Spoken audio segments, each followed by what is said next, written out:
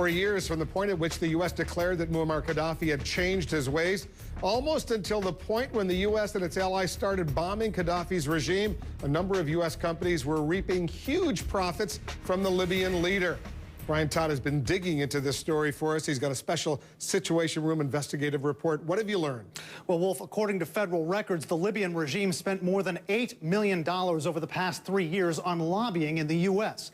Libya's oil wealth was a potential gold mine during that period, and there were plenty of people in the U.S. more than willing to take Muammar Gaddafi's money. Every day, there are accounts from Libya of the viciousness and brutality of this man.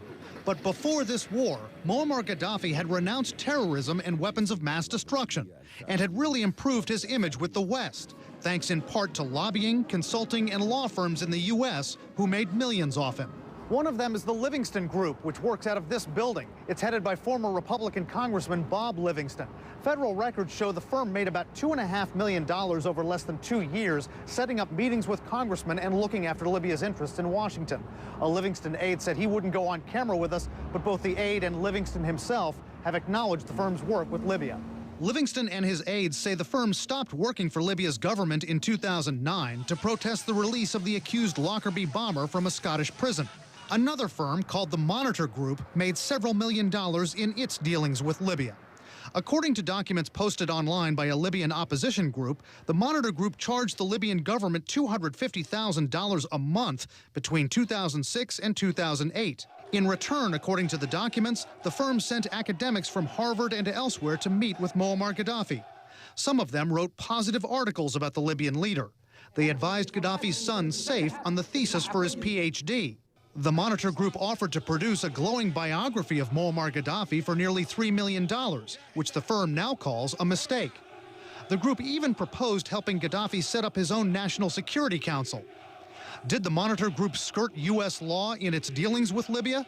The documents say one person who went to Libya for the Monitor Group, former U.S. defense official Richard Pearl, briefed Vice President Dick Cheney after returning.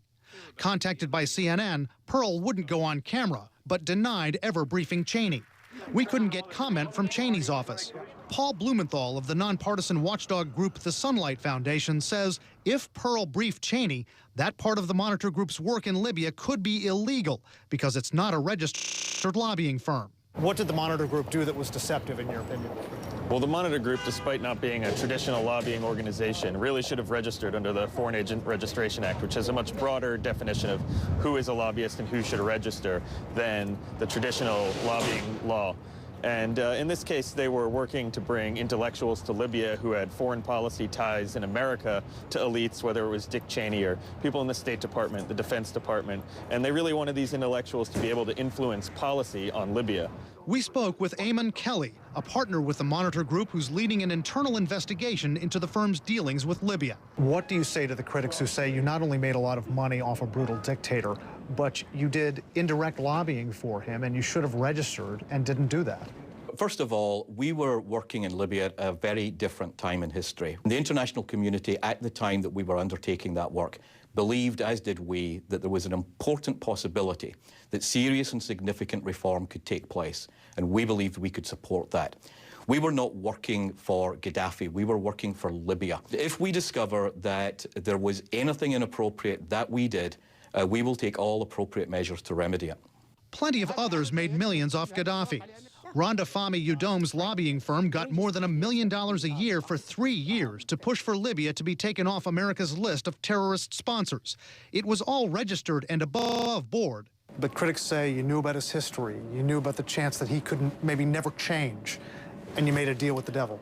I didn't make the deal with the devil. The Bush administration made the deal with the devil. I didn't do that agreement. The Bush administration did it. I only implemented that policy. Udom says her contract with Libya was not about money, it was about national security, working with Libya to renounce terrorism, keeping weapons of mass destruction out of the hands of a dictator.